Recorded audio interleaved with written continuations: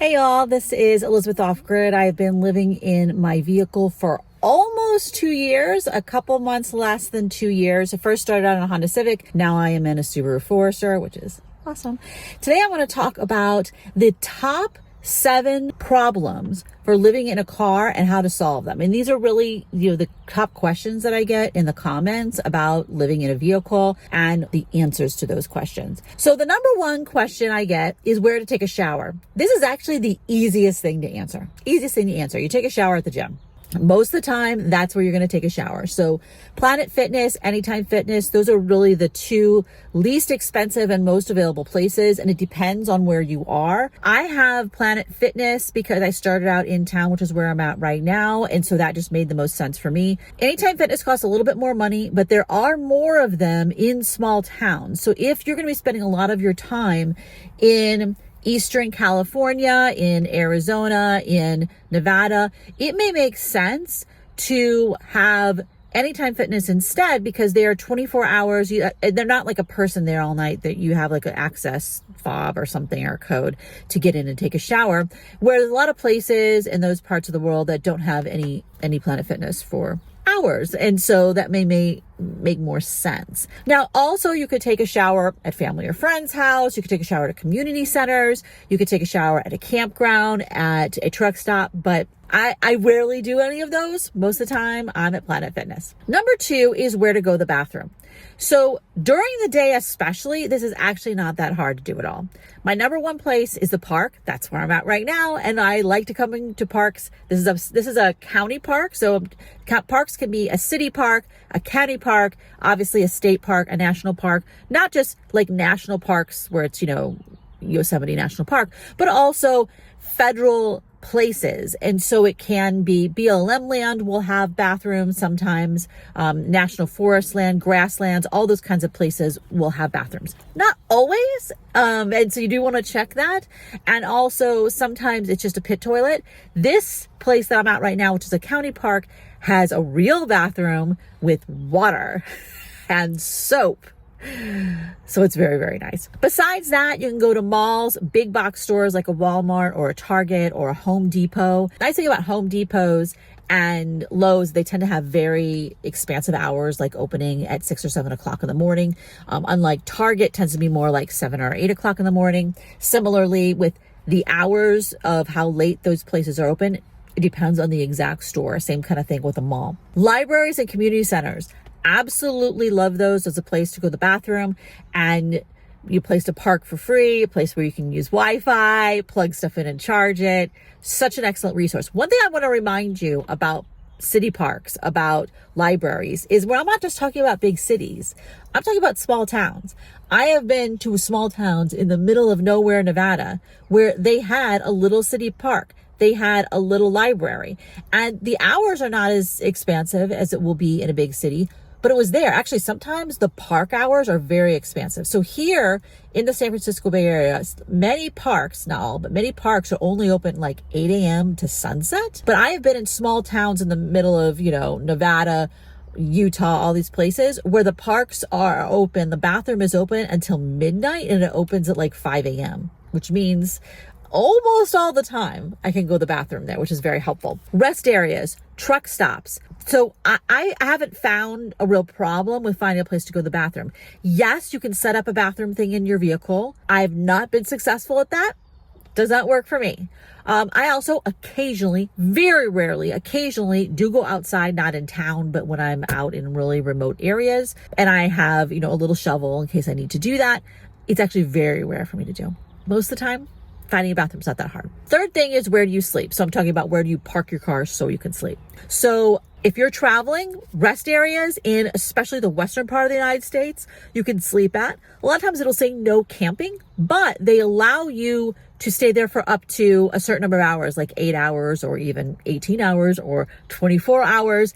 And that's so you can rest. When they say no camping, what they're meaning is no recreating. But if you just pull in and go to sleep, that's like the point. of that.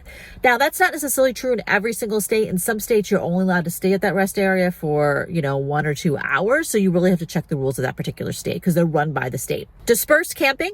So if you're in a place where there's national forests, whether there's BLM land, places like that, sometimes, not all the time, they allow dispersed camping, which means you could take your vehicle and go park along the side of some gravel road and just sleep there and even recreate there, stay there for a certain amount of time. Now, every place is different. The typical is that you can stay there for 14 days, but I've seen things as low as 7 or 10 days and things all the way up to 30 days. It really just depends on how people are using that area. Not everywhere allows dispersed camping because a lot of people have ruined it for all of us by leaving garbage and poop everywhere. So you have to look up the rules for that particular site and see if they've posted anything changing the rules. Now, when I'm in town, I'm staying by the side of the road. So here's how I find places to park on the side of the road and sleep. So what I'm looking for is a road that's not too busy because I don't want cars zipping by me and shaking my car, while I'm sleeping. That's scary and I don't want someone to hit me in the middle of the night, which actually happened. So I don't want that to happen. I like to park my car on a street that it's at the edge of a residential area. So the idea is I'm on this street. This is the street. On this side is the residential area. And on this side is the back of retail, the back of a commercial buildings, the side or the back of government buildings, like a library maybe, or a community center, something like that. It could be light industry. So you have to keep an eye out because some industrial areas are not very nice to park by. They might have a lot of loud things in the middle of the night. So you have to keep an eye out for that. But something like that. And then I park on that side of the street. So I'm not annoying these houses by parking right in front of them. I'm parked on the other side of the street behind that building or whatever. Usually it's a very good place to park. I do not park where there's a gazillion RVs or vans. I don't want that attention because one of my big things is that I want to avoid being in someone else's drama. That happened to me too. The one time I got a knock on my window from a cop, it was because the car behind me was sketchy and they wanted to see if I was involved or had anything to say or was a witness. So I want to avoid that. Now, you do have to see if there's rules. There are some towns, there are some cities where you are not allowed to sleep in your car. There's some places you're not allowed to park overnight. Some places where you're not allowed to park between 2 and 5 a.m. or for more than 4 hours. You have to look at the rules. You have to look at posted signs and see if it makes sense. And there's also places where they have those rules, but they don't enforce them. So that's where you could check something like iOverlander to see what other people's experiences are. But you have to understand that someone could have posted on iOverlander 3 years ago. It's a great place to park. But since then, the rules have changed. So you kind of have to research that for any particular area you're going in. But in cities, I have not yet had a problem finding somewhere to park on the side of the road to sleep. So how do you eat? Now, obviously, you can get fast food or takeout. You can go to a grocery store and go to the deli section and they'll have to-go salads and to-go sandwiches. Those are great options. Also, you have stuff in your car to eat. So you can have shelf-stable food and you can live completely on shelf-stable food that you cook and have it be good quality food that gives you a balanced diet without needing a cooler or fridge. And then obviously you can add a cooler or fridge. Typically when I'm going to cook food, I either stop at a park or a rest area because it looks pretty normal to cook food in one of those places. They have picnic tables, they have barbecue things. And I either use my stove as a propane stove. A lot of people also use butane. I like propane because it does work at lower temperatures. And a lot of times I am camping in places where it's cold. Butane, I think, only works down to freezing, if I'm not mistaken. Propane works a lot lower than that.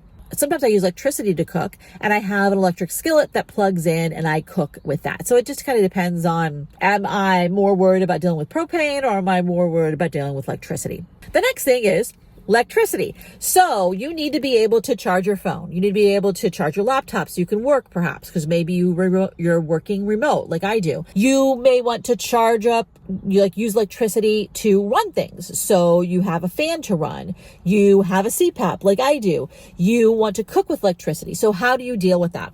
So I have actually multiple batteries, multiple power stations, and the most common way I charge is by using the car. I plug it into one of my 12-volt cigarette lighter type plugs, and that's how I charge that battery.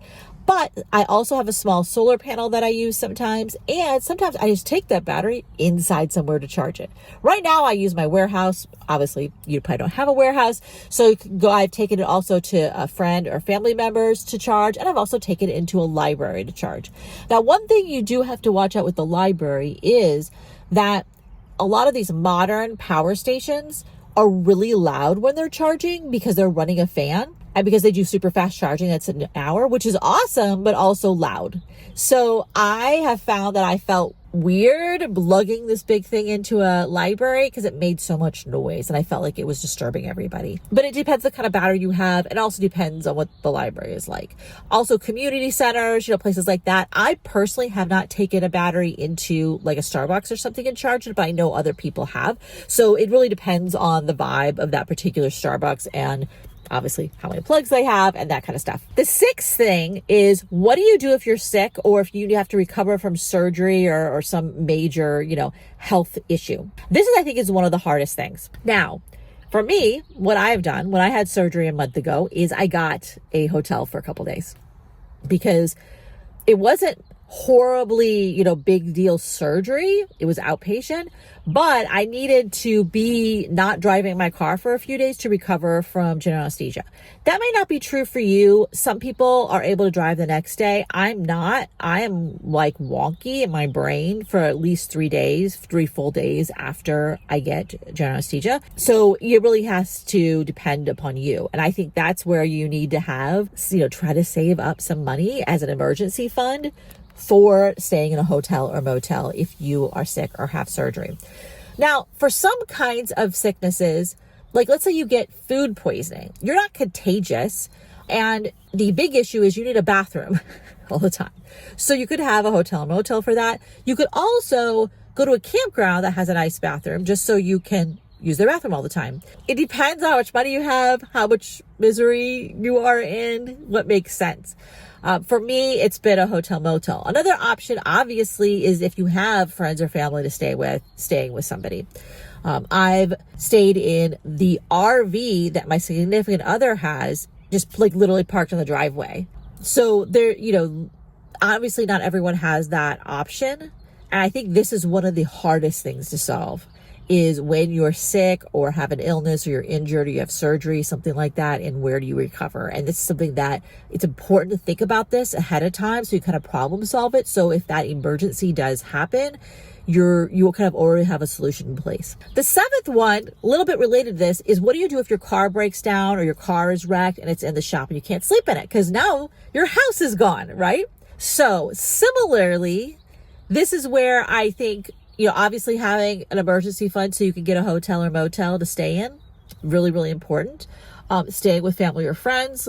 Like this is the one time where I did stay in my significant other's RV for a whole week. So that way, and I actually had a rental car, but I couldn't really sleep in the rental car because I didn't have window coverings or it wasn't really even set up for that. You could also rent something that you can sleep in. Like I know people who have rented a U-Haul and slept in the back of a U-Haul. U-Hauls are a lot of times cheaper than regular rental cars, especially if you don't put much mileage on them. But also, if you have a tent with you, and especially if you're in like a small town or something and your car's broken down in the shop, there might be a campground nearby that you could stay at. So one thing that I actually plan to do in the future is keep my tent with me. I don't have it right now because I'm not really traveling right this second. And also I don't really have room. What I want to do is get crossbars and a rooftop box. On top of this, one of the things that's going to go in there is my backpack with my tent and my sleeping pad and all that kind of stuff. Then if my car breaks down in a small town that has some kind of dispersed camping or campground nearby, I can go camp there for obviously much less money than a hotel or motel. And so if I'm in good health, I just don't have a car, that would work out very well. But similarly, I would have to have that ahead of time, right? I'd have to have the tent with me. So this is one of those things that's really important to think about ahead of time so you can kind of strategize what your particular solution would be. Again, this is Elizabeth Off Grid. If you have any other things that you've thought of that have been problems or challenges that you've had with living in a vehicle, either things that you've thought about that you don't have a solution for or solutions that you've come up with, please leave them in one of the comments below and share that with everybody. And then also you could just stop by and say hi. I'll talk to y'all next time. Bye-bye.